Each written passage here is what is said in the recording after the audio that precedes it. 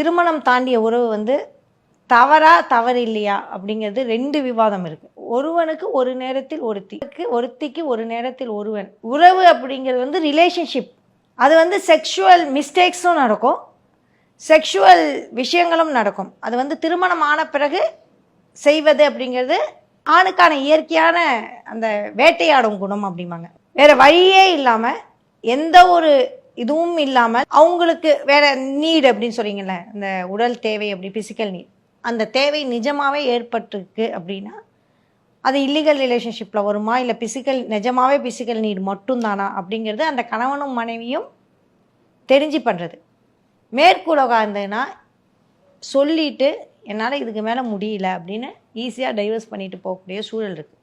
நம்ம இந்தியாவில் சொல்கிறேன் இல்லையா, 90% ஆண் பெண் இருவரும், அதுவும் முக்கியமாக குழந்தை பிறந்தாச்சுன்னா டைவர்ஸ் பண்ண பிடிக்கிறதே இல்லை. ஒருவனுக்கு ஒருத்தி, ஒருத்திக்கு ஒருவன் அப்படிங்கிறது இனிமேல் சாத்தியம் கிடையாதா? ஒருவனுக்கு ஒரு நேரத்தில் ஒருத்தி, ஒருத்திக்கு ஒரு நேரத்தில் ஒருவன் அப்படிங்கிறது சாத்தியப்படுத்தி கொள்வது தான் நல்லது. ஈகோ சூப்பர் ஈகோ அப்படின்னு சொல்லிட்டு சிக்மண்ட் ஃப்ராய்ட் சொல்வார். அப்படின்னா இமிடியட் கிராட்டிஃபிகேஷன் அப்படின்னு சொல்லுவாங்க. இமிடியட் கிராட்டிஃபிகேஷன் அப்படின்னா நம்ம குழந்தை பிறந்தோடனே உடனே சுவிட்ச் ஆஃப் பண்ணால் போயிடும். அதுக்கு வந்து நீங்கள் என்ன பண்ணாலும் அதை கண்ட்ரோல் பண்ண முடியாது. பறிச்சின்னா உடனே அழும். நீங்கள் பால் குடிக்கிற வரைக்கும் அதை அழுதுகிட்டே இருக்கும். பால் குடித்தோன்னா வயிறு மீனோன்னா வாய் மூடிட்டு போயிடும், சிரிச்சிடும். இதுதான் இமிடியட் கிரியேட்டிவ். இதுலேருந்து ஒரு வயசு கிட்டத்தட்ட வரத்துக்குள்ளே ஈகோ ஒன்று டெவலப் ஆகும். இல்லை சுவிட்சாக வந்ததுன்னா அடக்கிக்கலாம், டாய்லெட் போகிறதுனா அடக்கிட்டு போகலாம், பறிச்சின்னா அம்மா பால் குடிக்கிற வரைக்கும் கேட்டுக்கிட்டே இருக்கலாம், அழதானம் நம்மளுக்கு பால் வந்துடும் அப்படின்னு ஈகோ டெவலப் ஆகும். சூப்பர் ஈகோ அப்படிங்கிறது நியாய அநியாயம். அம்மா வெளில போயிருக்காங்க, வந்து நம்மளுக்கு பால் கொடுப்பாங்க, அது வரைக்கும் நம்ம பேசாமல் இருக்கலாம். டாய்லெட் இங்கே எங்கேயுமே பக்கத்தில் இல்லை, நம்ம வெயிட் பண்ணுவோம், டாய்லெட் கிடச்சோன்னா பாத்ரூம் போகலாம். அப்புறம் இது சரி இது தவறு அப்படிங்கிறது சூப்பர் ஈகோ. இந்த சூப்பர் ஈகோ அப்படிங்கிறது வந்து ஒவ்வொரு கலாச்சாரத்துலேயும் ஒவ்வொரு மாதிரி நடைபெறும். இந்த இமிடியட் கிராட்டிஃபிகேஷன் அப்படிங்கிறது வந்து நம்ம கலாச்சாரத்தில் அதிகமாகிடுச்சு அப்படின்னு நான் நினைக்கிறேன். ஏன்னா சிங்கிள் சைல்டு, 2 சைல்டு, எது கேட்டாலும் வாங்கி தருது, எது கேட்டாலும் செய்யறது, எது கேட்டாலும் கிடைக்கும் நம்புறது, குழந்தைகள் நம்புறது. அப்படிங்கிறப்ப இப்போ என்கிட்ட ஒரு கேஸ் வந்தது. எது பேசினாலும் இன்ஸ்டாவில் இப்படின்னு பேசுவாங்க, அதாவது ஒரு தத்துவம் மேடம் அப்படின்னு.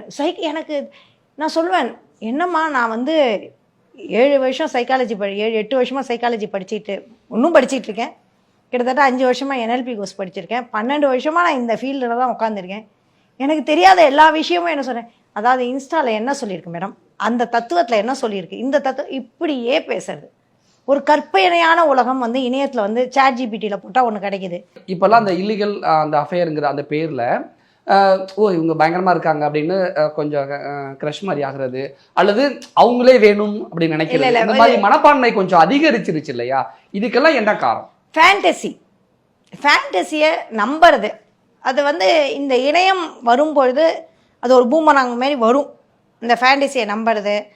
ஒரு ஆண் வந்து என்ன மாதிரி இருக்க, உன் முகத்தை பார்த்தா அப்படி இருக்கு, நீ அழகாக இருக்க, காலையில் உன்னோட தரிசனம் தான் வேணும், மதியானம் உன்னை பார்க்காம சாப்பாடே இறங்க மாட்டேங்குது, உன்னோட முகத்தை ஒரு தடவை பார்த்தாலே நான் உயிர் அப்படியே என்னோட இதாகிடுது அப்படின்னு கவிதை எழுதுறது, அதாகுது இதாகுது.